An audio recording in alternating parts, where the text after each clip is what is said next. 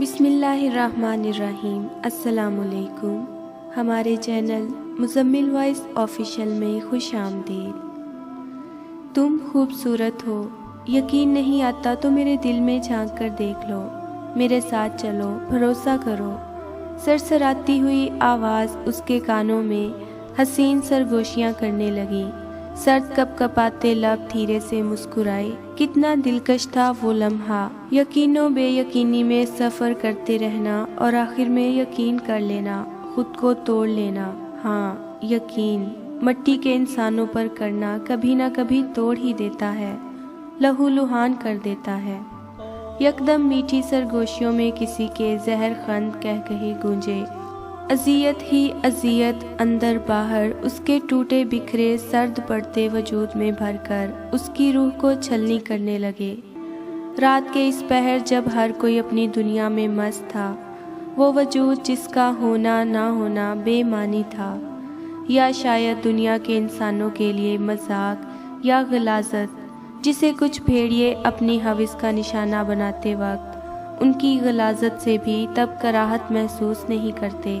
کیسی منافقت ہے یا رب! کیچڑ سمجھنے والے تنہائی میں اسی میں گرنا چاہتے ہیں۔ سرد موسم میں سڑک پر پڑے اپنی زندگی کو دھیرے دھیرے ختم ہوتے دیکھ رہا تھا۔ ارد گرد خون ہی خون تھا، جیسے وہ بھی اس کے جسم سے چھٹکارا پانا چاہتا ہو۔ درد بہت ہی کھوکھلا لفظ تھا اس کے لیے۔ یہ درد تو اس کے ساتھ ہی پروان چڑھا تھا۔ گاڑیوں کے بند کھلتے دروازوں کے ساتھ بھاگتے دوڑتے قدم سناٹے کو چیرتے اس کے مردہ پڑتے وجود کی طرف بڑھ رہے تھے۔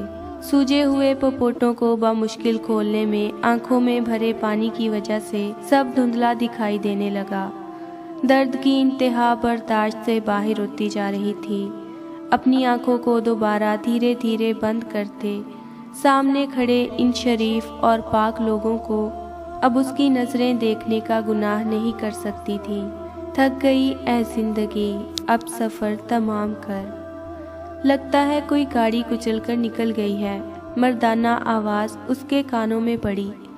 ہاں، بہت زیادہ خون بہہ گیا ہے، اف، ایسا لگ رہا ہے جیسے کوئی جانور ذبح ہوا ہو۔ دوسری مردانہ آواز نے افسوس کا اظہار کیا۔ ایمبولینس کو کال کرو، پہلے والے شخص نے پھر کہا۔ یہ آخری الفاظ تھے جو اس نے سنے۔ آہستہ آہستہ ہر طرف اندھیرا چھانے لگا، اس کی اپنی زندگی کی طرح۔ 19 سال کی وہ خوبصورت نرم و نازک سی لڑکی گھر کے دروازے کی گھنٹی کے ساتھ ہی اپنے کمرے کی جانب بھاگی اور اندر جا کر دروازہ بند کر دیا۔ یہ بچپن سے ہی اس کی ماں کا حکم تھا، جب بھی بابا آئیں ان کے سامنے نہیں آنا۔ ہاں، چھوٹی تھی تو نہ سمجھ تھی، باپ کے قریب جانے کی تڑپ اور دوسرے بہن بھائیوں کی طرح لاڈ اٹھوانے کی خواہش جو کبھی پوری نہ ہو سکی، اور شاید یہ خواہش قبر تک اس کے ساتھ جانے والی تھی۔ ہاں، کچھ خواہشیں کب پوری ہوا کرتی ہیں، اور اس کی خواہشیں تو اس پانی کے بلبلے کی طرح تھی جو ہوا میں ہی ختم ہو جاتا ہے۔ افشاں بیٹی، اتنی جلدی کیا ہے، آرام سے ناشتہ کرو۔ ابو، میں کالج کے لیے لیٹ ہو رہی ہوں، بھرے ہوئے منہ سے بولتی اللہ حافظ کہہ کر وہ تیز تیز قدم اٹھاتی پورچ عبور کر کے بیرونی گیٹ کی جانب بڑھی۔ گیٹ کھولتے ہی سامنے اپنے کزن کو دیکھ کر رک گئی، جو اسے گہری نظروں سے دیکھ رہا تھا۔ افشاں اسے دیکھتے ہی مسکرائی۔ کہاں کی تیاری ہے میری جان؟ سفیان نے اس کے قریب جھک کر کہتے ہوئے اس کے گال کو اپنے ہاتھ سے سہلایا۔ افشاں یکدم گھبرا کر پیچھے ہوئی۔ دونوں ایک دوسرے کو پسند کرتے تھے۔ سفیان اس کے تایا کا سب سے چھوٹا بیٹا تھا، ساتھ ہی گھر تھا ان کا۔ ابھی دونوں ہی زیر تعلیم تھے، اس لیے کسی کو کچھ پتہ نہیں تھا۔ افشاں کو لگتا تھا سفیان اس کے لیے پرفیکٹ ہے۔ اف، سفیان، کتنی دفعہ منع کیا ہے، ایسے مت بلایا کرو، کسی نے سن لیا پھر۔ ہاں تو سن لے، میڈم تم سے شادی کرنی ہے۔ سفیان دوبارہ اس کے نزدیک آنے لگا، جب اچانک اندر سے چیخنے چلانے کی آوازوں پر دونوں گھبرا کر اندر کی جانب بھاگے، لیکن لاؤنج کے دروازے پر آ کر ہی وہ رک گئے۔ یہ ہمیشہ کا معمول بن گیا تھا، یا یہ کہنا زیادہ بہتر ہوگا جب سے زباریہ کی پیدائش ہوئی تھی، جو اپنے وجود کے ساتھ ہی ذلت باندھ کر لائی تھی۔ یہ سوچ افشاں کی تھی اسی معاشرے کے کچھ بے حس اور جاہل لوگوں جیسی سوچ۔ چلو سفیان، افشاں ناک چڑھا کر کہتی سفیان کے ساتھ باہر نکلنے لگی، جس نے ایک بار پھر مڑ کر زمین پر گرے روتے بلکتے نازک وجود کو ترہم بھری نظروں سے دیکھا، پھر پلٹ کر باہر نکل گیا۔ زباریہ، کتنی بار کہا ہے باپ کے سامنے مت آیا کرو میری جان، میں تمہیں نہیں کھونا چاہتی، بہت مشکلوں سے بچا کر رکھا ہے بیٹی۔ طاہرہ بیگم اس کے لمبے سلکی بالوں میں ہاتھ پھیرتی روتے ہوئے بولی، جو ان کی گود میں سر رکھ کے لیٹی زمین پر نظریں مرکوز کیے جانے کیا سوچ رہی تھی۔ اس کی سوچیں پڑھنا مشکل تھا، اپنی اذیت سوچوں کو پڑھنے کی اجازت اس نے کسی کو نہیں دی تھی۔ کیا قصور ہے میرا؟ کافی دیر بعد زباریہ کی آواز کمرے میں گونجی۔ طاہرہ بیگم اس کی بات سن کر زاروں قطار رونے لگی کہ ان کے پاس ہمیشہ اس کی بات کا ایک ہی جواب تھا، کوئی قصور نہیں، لیکن اب ان باتوں سے بھی اس سے تسلی نہیں ہوتی تھی۔ کیسے ہوتی؟ سو جائیں جا کر امی جان، زباریہ نے آہستگی سے ان کی گود سے سر اٹھا کر کہا۔ کیسے سو جاؤں میں؟ نہیں، میں یہی ہوں تمہارے پاس، میں جانتی ہوں میرے جاتے ہی رونا شروع کر دو گی۔ طاہرہ بیگم نے کندھے پہ ہاتھ رکھ کر کہا، نہیں رو رہی، آپ جائیں، سو جائیں، صبح کی جاگی ہوئی ہیں۔ زباریہ نے کہتے ہی ان کا ہاتھ نرمی سے ہٹایا اور بستر پر کروٹ کے بل لیٹ گئی۔ کتنی ہی دیر طاہرہ بیگم اس کی پشت کو دیکھتی رہی، پھر لمبی سانس لیتی سر پہ پیار کرتی کمرے سے نکل گئی۔ ان کے جاتے ہی زباریہ اٹھ بیٹھی، پھر چھوٹے چھوٹے قدم اٹھاتی کھڑکی کے پاس آئی جو پچھلی طرف کھلتی تھی، سنسان گلی میں جہاں گپ اندھیرا تھا، بالکل اس کی زندگی کی طرح۔ زباریہ نے سر اٹھا کر آسمان کی طرف دیکھا، یکدم ہی ڈھیر سارا پانی اس کی آنکھوں میں جمع ہو گیا۔ اللہ تعالیٰ، آپ تو سب کر سکتے ہیں نا، پھر سب کے دلوں میں مجھ جیسی کے لیے محبت نہ صحیح عزت ڈال دیں کہ میں بھی ہر انسان کی طرح جی سکوں۔ میرا دم گھٹتا ہے جب کوئی حقارت سے دیکھتا ہے۔ اللہ، ابو سے ڈھیر ساری باتیں اور ان کا شفقت بھرا لمس جس سے میں محروم ہوں، صرف ایک بار وہ میرے سر پر ہاتھ رکھ دیں۔ آپ کر سکتے ہیں نا اللہ؟ میرے بہن بھائی بھی مجھے یہاں سے جانے کو کہتے رہتے ہیں۔ اللہ، میں کیا کروں؟ میں اپنوں کو چھوڑ کر نہیں جا سکتی، مجھے خوف آتا ہے، جانے دنیا کیسی ہے، مجھے بہت خوف آتا ہے اللہ۔ آسمان کی طرف چہرہ کیے وہ کہتی جا رہی تھی، آنکھوں سے بے تحاشا آنسو جاری تھے، جانے کتنے ہی گھنٹے اسے یوں ہی کھڑے ہو گئے، لیکن پھر بھی نہ اس کے آنسو تھمے، نہ بڑبڑاہٹ۔ سکون قلب و نظر کہیں تو میسر ہو۔ کیا بات ہے زید؟ طاہرہ بیگم اپنے 25 سالہ بیٹے کو کچن میں داخل ہوتے دیکھ کر پوچھ بیٹھی، جس کا چہرہ سرخ ہو رہا تھا۔ طاہرہ بیگم یہ سمجھنے سے قاصر تھی کہ وہ غصے میں ہے یا گرمی کی وجہ سے ہو رہا ہے۔ امی، بہت ہو گیا، آپ بس کریں، آپ کی ممتا کے چکر میں ہمارا مستقبل خراب مت کریں پلیز۔ زید نے غصے اور کچھ بے بسی سے کہا، ہوا کیا ہے بتاؤ تو صحیح، جب تک بتاؤ گے نہیں مجھے کیسے پتہ چلے گا؟ طاہرہ بیگم نے کچھ حیران اور جھنجھلاتے ہوئے کہا، ہونا کیا ہے، یہ جو آپ کی اولاد ہے نا، اس کی وجہ سے، صرف اس کے بیکار وجود کے ہونے سے زمر کے گھر والے مان نہیں رہے، اور آپ کو مبارک ہو، ہمیں اب اس محلے کو بھی چھوڑ کر جانا پڑے گا، کیونکہ سب کو معلوم ہو چکا ہے یہاں ایک خواجہ سرا رہتا ہے۔ زید غصے سے کہتا دندناتا ہوا گھر سے چلا گیا، جبکہ طاہرہ بیگم سوچ میں پڑ گئی، سب کو کیسے پتہ چلا؟ ضرور سارا نے ہی بات پھیلائی ہوگی۔ یکدم طاہرہ بیگم کو اپنی جیٹھانی یاد آئی، جو زباریہ کو بالکل بھی برداشت نہیں کرتی تھی۔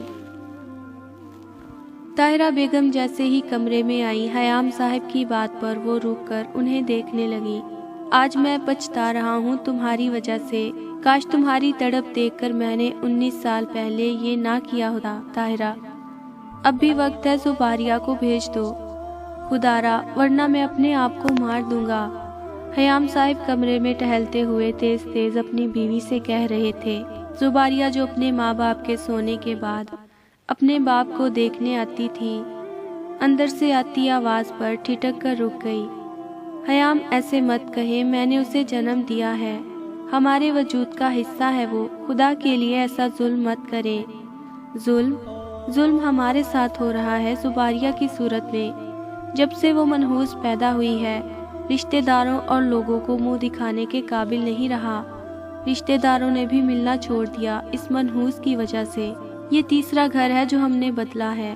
تم جانتی نہیں ہو، لوگ ہنستے ہیں ہماری پیٹھ پیچھے، باتیں کرتے ہیں کہ دیکھو وہ ایک خواجہ سرا کا باپ جا رہا ہے، لیکن کوئی یہ نہیں کہتا دیکھو اس کی اولاد خواجہ سرا ہے، لیکن اس نے پھینکا نہیں بلکہ اپنے ساتھ رکھا۔ نہ وہ پڑھ سکتی ہے، دن بھر سامان کی طرح پڑی رہتی ہے۔ تم کیا چاہتی ہو اسے سینے سے لگائے رکھوں؟ تم اگر بھول گئی ہو تو یاد کر لو، ہماری 2 اولادیں اور ہیں جو اب شادی کے لائق ہو گئی ہیں۔ تم خود بتاؤ، زید کی شادی ہوگی، اس کی بیوی کیسے ایسے گھر میں رہے گی؟ خیام صاحب بولتے بولتے ہانپ گئے۔ باہر کھڑی زباریہ سن رہ گئی۔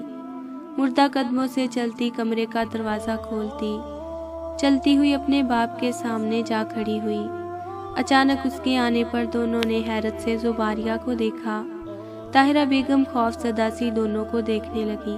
آپ نے ٹھیک کہا ابو، اللہ تعالیٰ کو مجھے پیدا نہیں کرنا چاہیے تھا، ظلم ہو گیا سب کے ساتھ، لیکن اس میں میرا کیا قصور ہے؟ کہاں ہے میری غلطی؟ کیا گناہ ہے میرا؟ بتائیں ابو بتائیں، آپ سب تو پڑھے لکھے قابل لوگ ہیں نا، ہر چیز جانتے اور سمجھتے ہیں، پھر مجھے اس کا جواب دیں، کیا قصور ہے میرا؟ میں ایسی ہوں، اس میں میری کیا غلطی ہے؟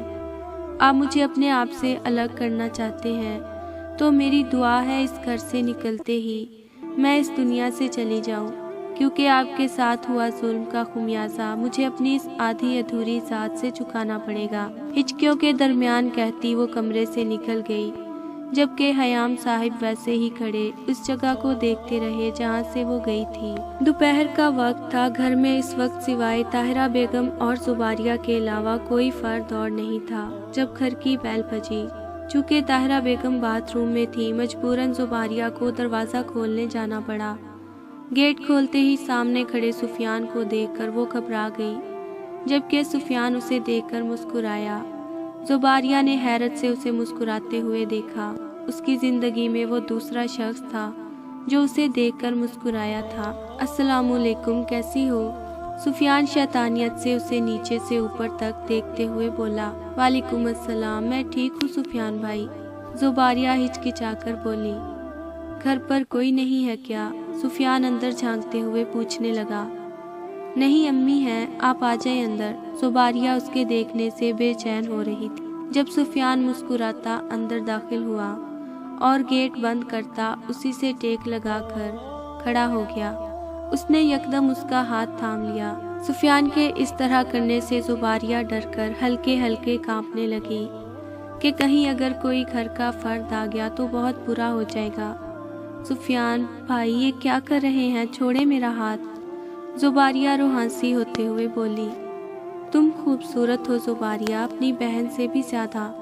سفیان اس کے نزدیک ہوتے ہوئے بولا۔ زباریہ آنکھیں پھاڑے اسے دیکھنے لگی۔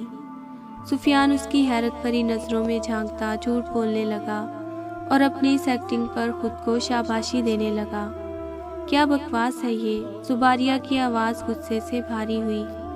غصہ کرنے والی کیا بات ہے یار، سچ کہہ رہا ہوں، یقین نہیں آتا تو میرے دل میں جھانک کر دیکھ لو۔ سفیان کہتا اس کا ہاتھ انگوٹھے سے سہلانے لگا۔ میں امی کو بلا لوں گی، زباریہ نے کانپتے ہوئے کہا۔ سفیان کی اتنی قربت اس سے برداشت نہیں ہو رہی تھی، خود سے اور اس سے وحشت ہونے لگی تھی۔ پلیز زباریہ، میں تمہاری اصلیت جانتا ہوں، پھر بھی تم مجھے اچھی لگنے لگی ہو۔ چاچو کو تو تمہاری قدر ہی نہیں ہے، تم میرے ساتھ چلو۔ سفیان نے کہتے اس کے دونوں کندھوں پر ہاتھ رکھا۔ زباریہ جھٹکے سے پیچھے ہوئی۔ آپ کا دماغ خراب ہو گیا ہے، میں آپ کے لائق نہیں ہوں، چلے جائیں۔ زباریہ ضبط کرتے ہوئے بولی۔ بھروسہ کرو مجھ پر، میں سچ۔ یکدم اندر سے طاہرہ بیگم کی آواز آنے لگی جو زباریہ کو آواز دے رہی تھی۔ سفیان چپ ہوتے گھبرا گیا، کہیں ڈرامہ سچ میں اس کے گلے نہ پڑ جائے۔ میں جا رہا ہوں، پھر آؤں گا، سفیان کہتے ہی چلا گیا۔ جبکہ زباریہ ابھی تک اپنے کندھوں پر اس کا لمس محسوس کر رہی تھی۔ السلام علیکم حیام بھائی۔ وعلیکم السلام خرم، کیسے ہو؟ حیام صاحب نے سڑک پر رک کر بغل گیر ہوتے ہوئے اس سے کہا۔ ارے حیام بھائی، ہم تو ٹھیک ہیں، آپ بتائیں، بھیج دیا ہے اسے یا ابھی تک گھر پر ہی رکھا ہے؟ نہیں، اس کی ماں بھیجنے نہیں دیتی، اب کون سمجھائے اسے کہ وہ ہم میں سے نہیں ہے، لیکن وہی ممتا، میں تو لوگوں کی باتوں سے تنگ آ جاتا ہوں۔ اولاد ضرور ہے تمہاری، مگر یہ بھی تو سوچو، خواجہ سرا ہے، جتنا بھی قید میں رکھ لو، ایک فرد کے کان میں بات پڑی نہیں کہ جنگل میں آگ کی طرح پورے محلے کو پتہ چل جاتا ہے۔ اچھا چلیں، پھر ملاقات ہوگی، اللہ حافظ۔ خرم کہتے ہی آگے بڑھ گیا، جبکہ ایک بار پھر غصے اور بے بسی نے حیام صاحب کو اپنی لپیٹ میں لے لیا۔ گھر جاتے ہی اس کا انتظام کرتا ہوں، خود سے کہتے وہ چل دیے۔ امی کہاں ہے وہ ہجڑا؟ شام کا وقت تھا جب غصے میں آگ بگولا ہوتی افشاں کالج سے گھر آتے ہی چیختی ہوئی زباریہ کے کمرے کی جانب بڑھی۔ طاہرہ بیگم غصے سے کچن سے نکل کر اس کے پیچھے بھاگی۔ جب تک وہ پہنچی، افشاں نے اس کے بال بے دردی سے اپنی مٹھی میں لے لیے تھے۔ طاہرہ بیگم نے دہشت سے اپنے سینے پر ہاتھ رکھ لیا، قدم جیسے زمین میں گڑ گئے۔ افشاں غصے میں اسے زمین پر پٹک کر مارے جا رہی تھی۔ چھوڑ دے مجھے آپی، چھوڑ دے، میں نے کیا کیا آپی، خدا کے لیے مجھے مت مارے۔ زباریہ روتے ہوئے چیخ کر اپنا آپ بچانے کی کوشش کر رہی تھی۔ تو کیوں ہماری زندگی میں آئی؟ کاش تو پیدا ہوتے ہی مر جاتی تو ہمیں یہ دن نہ دیکھنے پڑتے۔ افشاں کے چیخ چیخ کر کہنے سے طاہرہ بیگم ہوش میں آتی دونوں کے درمیان میں آ گئی۔ مت کر افشاں، خدا سے ڈر خدا سے، آگے تیری بھی شادی ہونی ہے، تیری بھی اولادیں ہوں گی، اللہ سے ڈر، ہٹ جا پیچھے، چلی جا یہاں سے۔ طاہرہ بیگم روتی تڑپتی زباریہ کو اپنی آغوش میں لیتی روتے ہوئے کہہ رہی تھی۔ افشاں سنتے ہی کچھ پل کے لیے رک کر اپنی ماں کو تکنے لگی۔ جب دروازہ کھول کر زید اندر داخل ہوا۔ کیا ہو رہا ہے یہاں؟ ہر روز کوئی نہ کوئی تماشا لگائے رکھا ہوتا ہے، گھر ہے یا چڑیا گھر؟ زید آتے ہی غصے سے بولا۔ جب سے اس کی زندگی میں زمر آئی تھی، وہ زباریہ کے وجود کو برداشت نہیں کر پا رہا تھا کہ لڑکی کے گھر والے دونوں کی شادی کے لیے مان نہیں رہے تھے۔ ان کی شرط تھی کہ پہلے اپنے گھر سے خواجہ سرا کو نکالو، پھر ان کی بچی اس گھر میں رخصت ہو کر آئے گی۔ زید کی آواز پر سب نے گردن موڑ کر اسے دیکھا۔ افشاں تیزی سے زید کے سینے سے لگ کر رونے لگی۔ بھائی دیکھیں، امی مجھے بد دعائیں دے رہی ہیں، وہ بھی اس ہجڑے کی وجہ سے۔ افشاں گڑیا رو مت، یہ ہماری ماں تھوڑی ہیں، انہیں صرف ایک یہی اپنی اولاد لگتی ہے جو ان پڑھ ہونے کے ساتھ ہماری زندگیوں کو عذاب میں ڈال چکی ہے۔ میں آپ کو کہہ رہا ہوں اسے یہاں سے بھیج دے، کیونکہ مجھے شادی کرنی ہے جو صرف اس کی وجہ سے شاید نہ ہو پائے۔ زید سخت لہجے میں تیز نظروں سے زباریہ کو دیکھتا افشاں کے ساتھ باہر نکلنے لگا۔ جب افشاں نے رک کر طاہرہ بیگم کو مخاطب کیا، آپ اپنی اس بیٹی کو سمجھا دیں سفیان کے سامنے یا اس سے پھانسنے کی کوشش نہ کرے، ورنہ اگلی بار تائی جان خود آئیں گی۔ افشاں چبا چبا کر کہتی۔ رات کے 8 بج رہے تھے جب سفیان کے گھر والے حیام صاحب کے گھر آئے۔ طاہرہ بیگم پڑوس میں گئی ہوئی تھی، جس سے خالدہ، جٹھانی اور شیر ہو گئی۔ سب ڈرائنگ روم میں بیٹھے ہوئے تھے جب خالدہ نے اپنی چرب زبان کے جوہر دکھانے شروع کیے۔ بھائی صاحب معاف کیجیے گا، مگر ہم آپس میں بچوں کا رشتہ کر کے اور مضبوط ہونا چاہتے تھے، لیکن سفیان نے مجھے کل ہی بتایا کہ زباریہ بہانے سے اس کے قریب آنے کی کوشش کرتی ہے۔ توبہ توبہ، ایک خواجہ سرا، خالدہ بیگم نے باقاعدہ کانوں کو ہاتھ لگا کر کہا، جس پر سفیان اور افشاں نے ایک دوسرے کو مسکراتی نظروں سے دیکھا، جبکہ حیام صاحب نے اپنے ہاتھوں کو سختی سے بھینچ لیا۔ سفیان، تم نے پہلے کیوں نہیں بتایا ہمیں؟ زید اپنی جگہ سے کھڑا ہوتا غصے سے بولا۔ یار میں کیسے بتاتا، خود مجھے عجیب لگ رہا تھا، میں ابھی بھی شاید نہیں بتا پاتا۔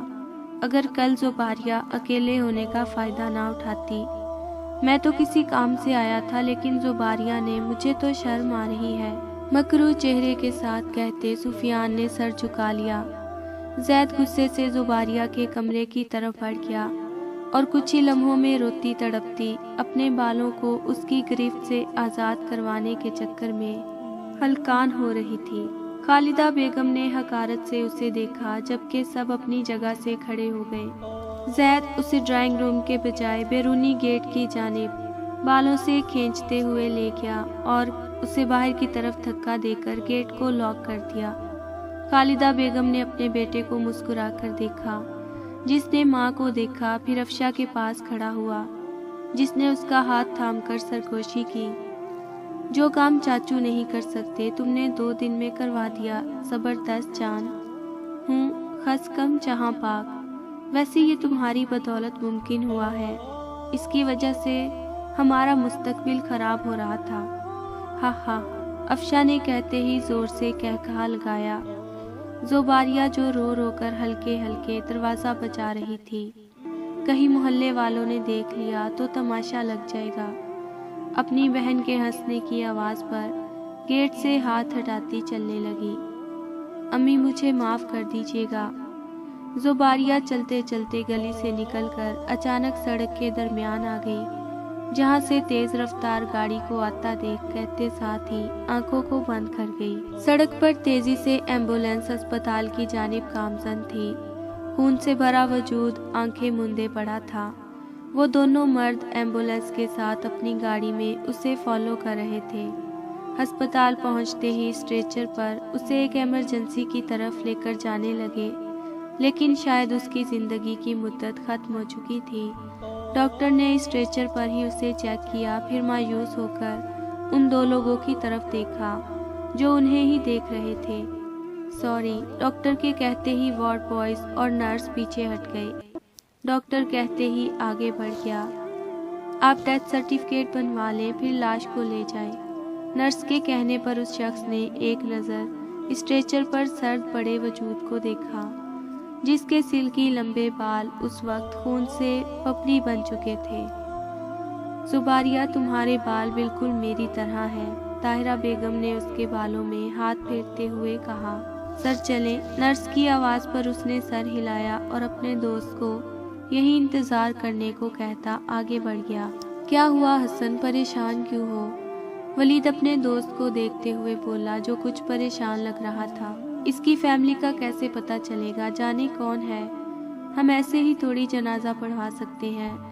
دونوں لان میں کھڑے باتیں کر رہے تھے جب بیرونی گیٹ سے زید اندر آتے دکھائی دیا۔ ارے زید آیا ہے اپنے والد صاحب کے ساتھ۔ ولید دیکھتے ہی ان کی جانب بڑھا۔ السلام علیکم انکل۔ وعلیکم السلام بیٹا۔ وہ کچھ دیر پہلے گھر میں ایمبولینس آتے دیکھی، سب ٹھیک ہے؟ حیام صاحب نے فکر مندی سے پوچھا۔ جی انکل، اللہ کا شکر ہے، دراصل کل کسی لڑکی کا ایکسیڈنٹ ہو گیا تھا، ہسپتال لے کر جا ہی رہے تھے لیکن بیچاری کا راستے میں ہی انتقال ہو گیا۔ فیملی کا بھی کچھ معلوم نہیں ہو سکا، اس لیے ہم لے آئے، ثواب ملے گا۔ بالکل بیٹا، بہت نیکی کا کام کیا ہے۔ حیام صاحب نے مسکرا کر اس کا کندھا تھپتھپایا۔ تدفین کے لیے گھر سے قبرستان پہنچے، جب جانے کیوں حیام صاحب کو اس کا چہرہ دیکھنے کی بے چینی ہوئی، کیونکہ حسن کسی کو بتا رہا تھا لڑکی 18-20 سال کی تھی۔ مولوی صاحب سے اجازت لیتے ہی جیسے چہرہ دیکھا وہیں پتھرا کر رہ گئے۔ زباریہ، سرگوشی میں اس کا نام لیتے ایک پل کے لیے دل ڈوب کر ابھرا۔ یکدم نظروں کے سامنے کمبل میں لپٹا ننھا سا وجود نظروں کے سامنے لہرایا جانے لگا۔ آنکھوں میں ڈھیر پانی کہاں سے جمع ہو گیا۔ زید جو اپنے باپ کی سرگوشی سن چکا تھا، ہونٹ بھیج گیا، پھر ساتھ بیٹھتا چپ رہنے کا کہتا اٹھ گیا۔ آپ مجھے اپنے آپ سے الگ کرنا چاہتے ہیں تو میری دعا ہے اس گھر سے نکلتے ہی میں دنیا سے چلی جاؤں، کیونکہ آپ کے ساتھ ہوا ظلم کا خمیازہ مجھے اپنی اس آدھی ادھوری ذات سے چکانا پڑے گا۔ حیام صاحب کے کانوں میں کہیں دور سے زباریہ کے لفظوں نے بازگشت کی تھی۔ حیام صاحب نے سختی سے آنکھوں کو میچ لیا۔ حیام صاحب، کہاں ہے میری زباریہ؟ آپ نے کہا تھا وہ رات کو سو گئی تھی، وہ جاگ نہ جائے اسی وجہ سے نہیں گئی تھی میں۔ کیسے بھول گئی؟ آپ کا تو اس کے وجود سے کوئی سروکار نہیں ہے، صبح سے اسے نہیں دیکھا میں نے۔ بتائیں کہاں ہے، پلیز مجھے میری زباریہ لا دیں، میں اسے لے کر چلی جاؤں گی، میری زباریہ لا دیں، کہاں چھوڑ کر آ گئے آپ؟ خیام صاحب کے گھر میں داخل ہوتے ہی طاہرہ بیگم بھاگنے کے انداز میں ان کے قریب آ کر روتے ہوئے بول رہی تھی، جو بالکل چپ تھے۔ زید بھی پیچھے سے آتا وہیں کھڑا ہو کر اپنی ماں کو تڑپتا دیکھنے لگا۔ یکدم زید کو زباریہ پہ غصہ آنے لگا۔ بس بہت ہو چکا، رونا دھونا لڑنا جھگڑنا، زید چیخ کے کہتا اپنی ماں کے سامنے کھڑا ہوا۔ امی وہ خود کل رات کو گھر سے بھاگ گئی تھی اور کسی حادثے کا شکار ہو گئی تھی۔ میرے دوست اسے ہسپتال لے کر گئے لیکن راستے میں ہی انتقال ہو گیا۔ ابھی میں اور ابو تدفین کر کے آ رہے ہیں، اگر یقین نہ آئے تو حسن اور ولید کو بلا دوں گا۔ زید بے رحمی سے کہتا اپنی کمرے کی طرف بڑھ گیا، جبکہ طاہرہ بیگم پتھر کی ہو۔ 4 سال بعد کہتے ہیں دنیا مکافات عمل ہے، انسان جو بوتا ہے وہی کاٹتا ہے۔ انسان دوسرے انسان کو جتنی بھی تکلیف، جتنا بھی حقیر سمجھ لے، لیکن وہ رب بیٹھا ہے حساب کرنے والا، وہی بہتر فیصلہ کرنے والا ہے۔ بے شک انسان کو ایک دوسرے کے گناہ ثواب گنوانے کی ضرورت نہیں ہے کہ اللہ ہے جو اپنے بندوں کو جانتا ہے۔ زباریہ جس کی غلطی یہ تھی کہ وہ خواجہ سرا تھی، معاشرے کے لیے ماں کی ممتا نے 19 سال اپنی آغوش میں سنبھالے رکھا، لیکن کب تک؟ ماں باپ کے لیے اولاد ایک برابر ہوتی ہے، لیکن یہ معاشرہ ہی ہے جو دماغوں میں خناس بھرتا ہے، جیسے خیام صاحب کے ساتھ ہوا۔ افشاں جس نے اپنی خوشیوں کے لیے اپنے ہی کزن محبوب کے ساتھ مل کر اسے باہر نکلوا دیا، اس بھائی کے ہاتھوں جس کی کچھ مہینوں کی محبت ایسے سر پر سوار ہوئی کہ ہر لحاظ بھلا دیا۔